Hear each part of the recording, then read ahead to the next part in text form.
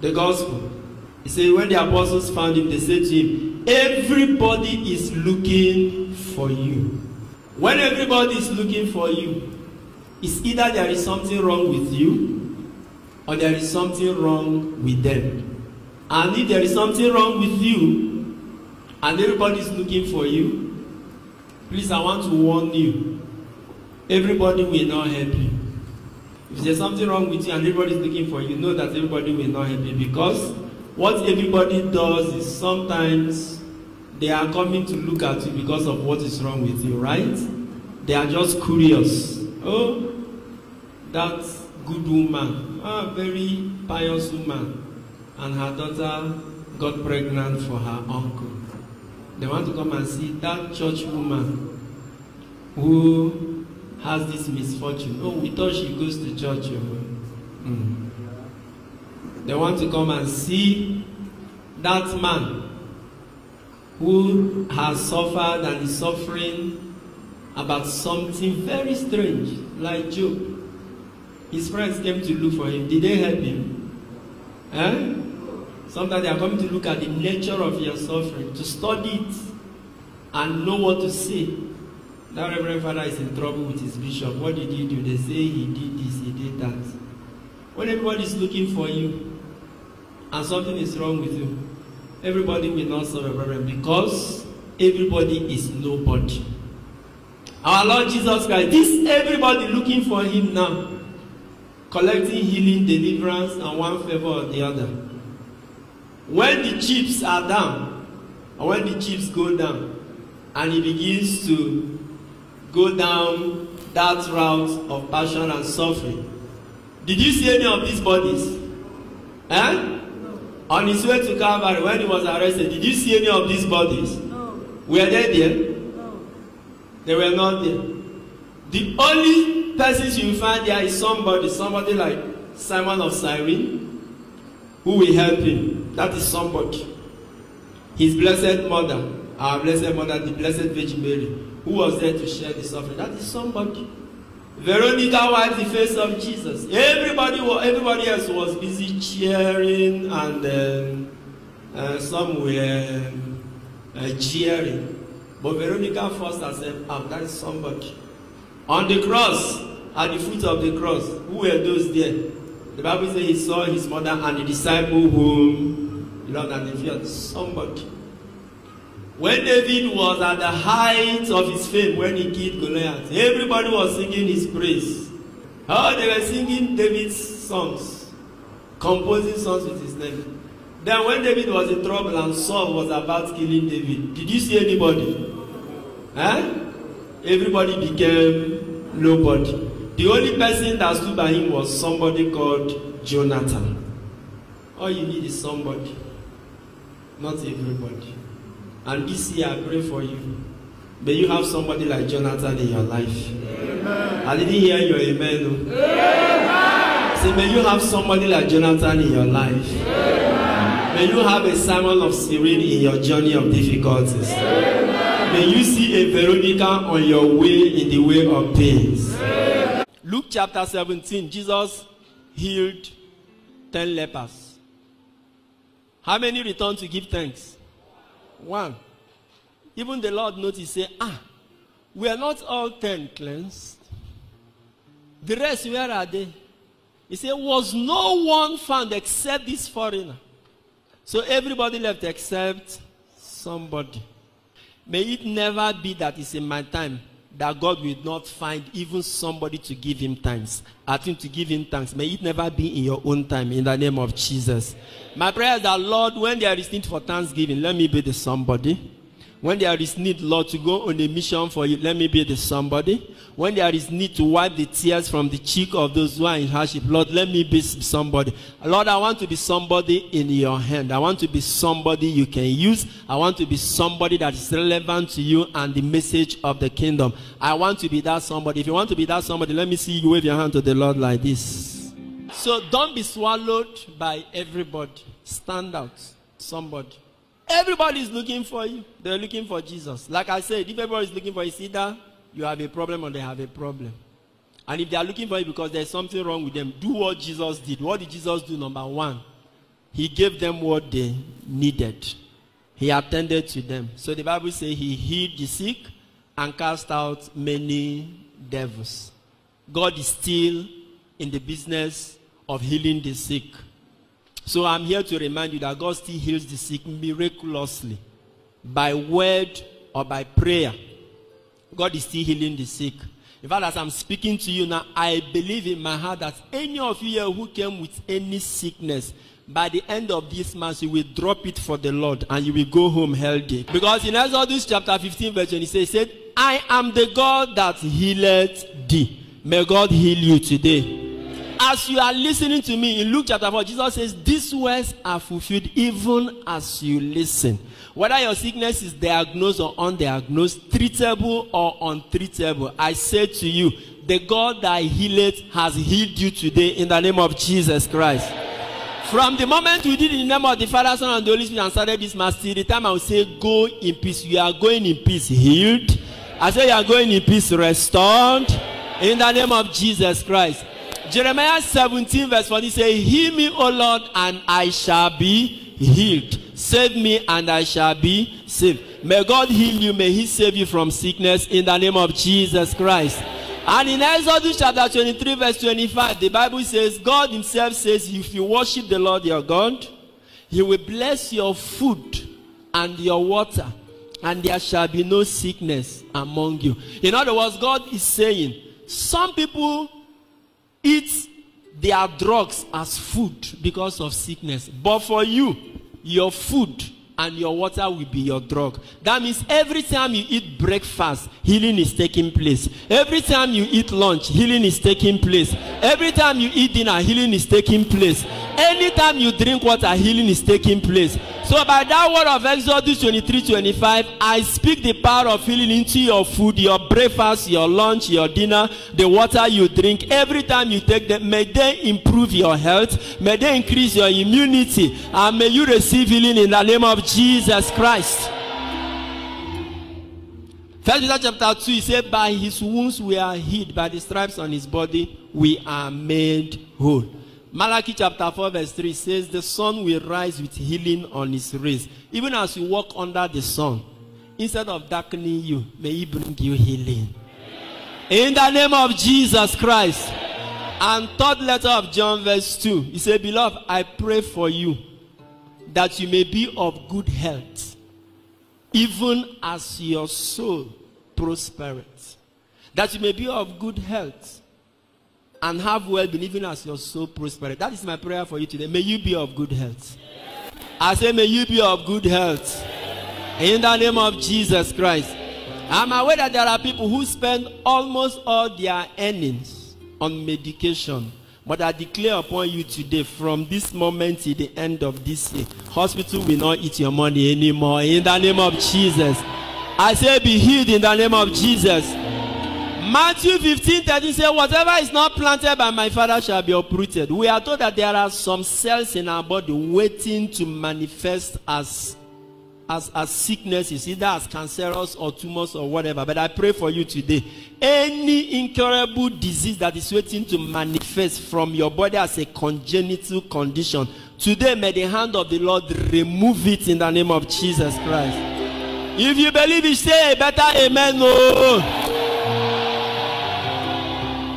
That is how I do my own prayers. So I don't have to shout and dramatize. It's by faith. Jesus said, let it be done to you according to your faith. He said he healed their diseases. He healed Peter's mother-in-law. And she began to serve them. So the Lord knows the condition that will stop you from serving. May he take it away from you in the name of Jesus. To watch full videos and get notifications for new ones, please subscribe. Prayerlessness is stress. Go and ask medical experts. Stress is one of the #1 killers, Abi. Because it lowers down your immunity. So that's why some Christians, under stress, rats will move inside your house. Hey! Holy Ghost! Fire!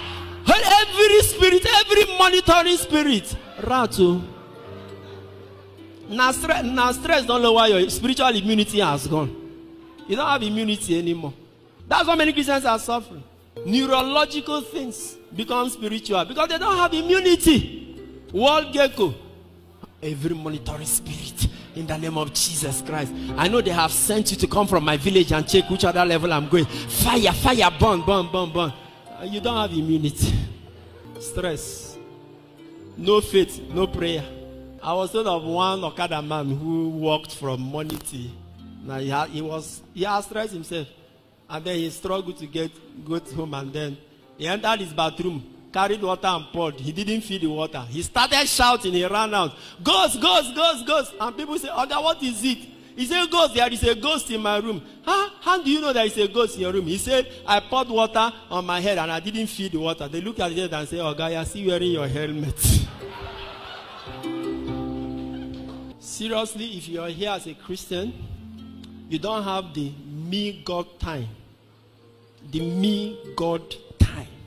That solitary moment of solitude between you and God. You will not make it. You are stressed.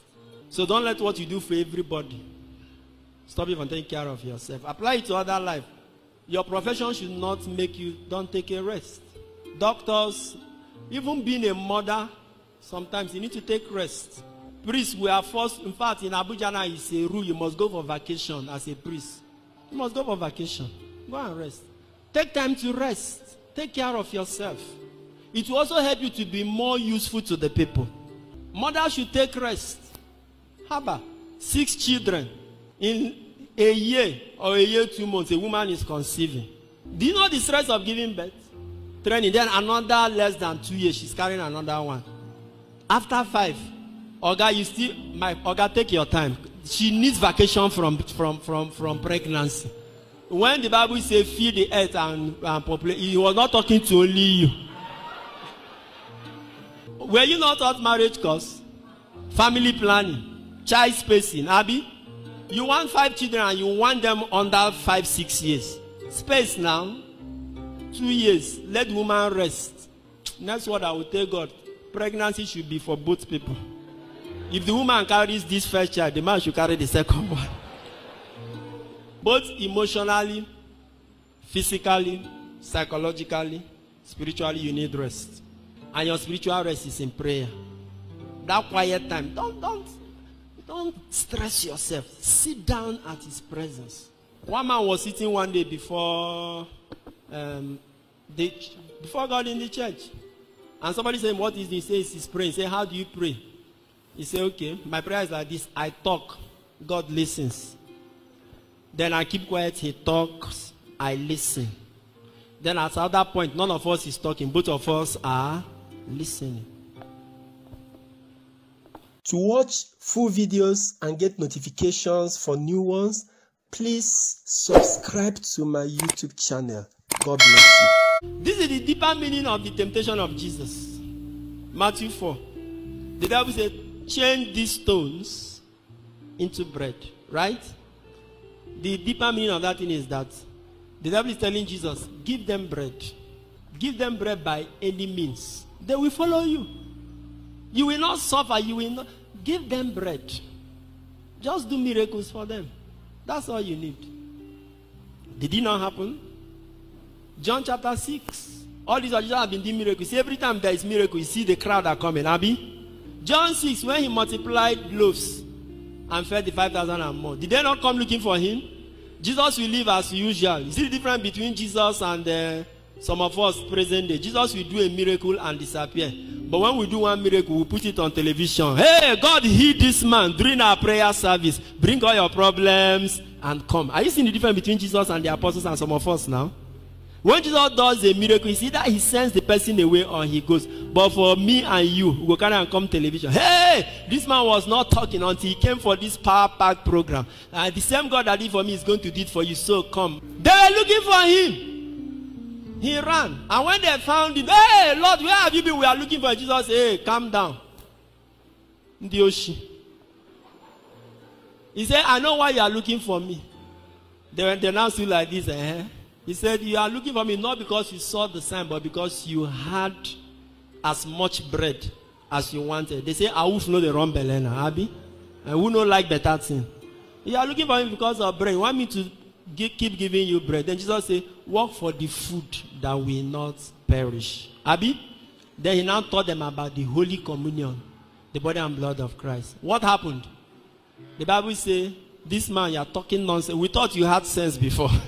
We didn't know you don't have sense. He's talking. How can he give us his flesh to eat? He said, this is an intolerable language. And the Bible says, all of them did what? For you to know the severity of what I'm saying, when Jesus died on the cross, how many of these people that were in thousands that he cured or he became followers? Did you see any of them?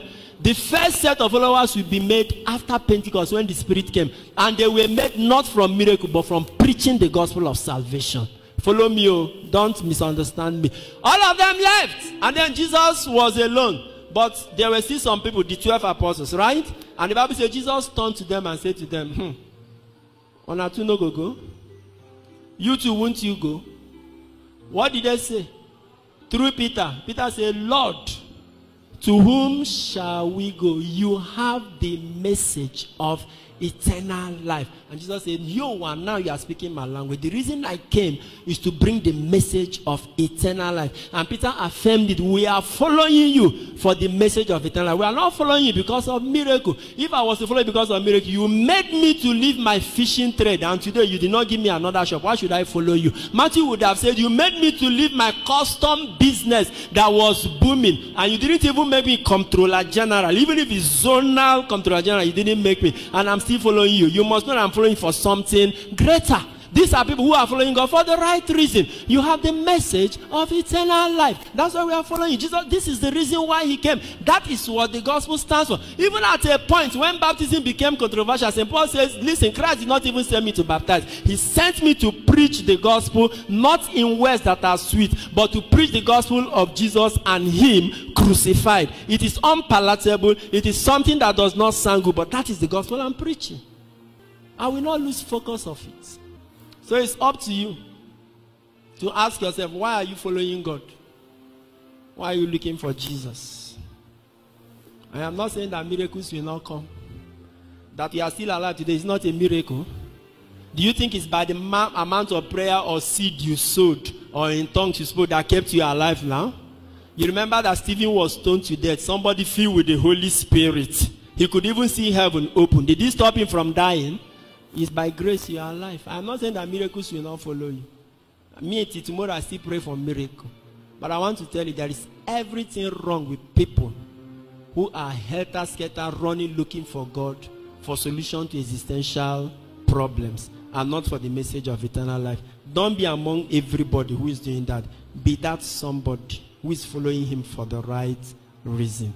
And blessed be the God who heals the brokenhearted through Christ our Lord. Amen. To watch full videos and get notifications for new ones, please subscribe to my YouTube channel. God bless you. Sign up with the largest community of Catholics online. Meet new friends, chat, post pictures and videos, make and receive audios and video calls, interact with lots of priests and religions. Download the app from Google Play Store.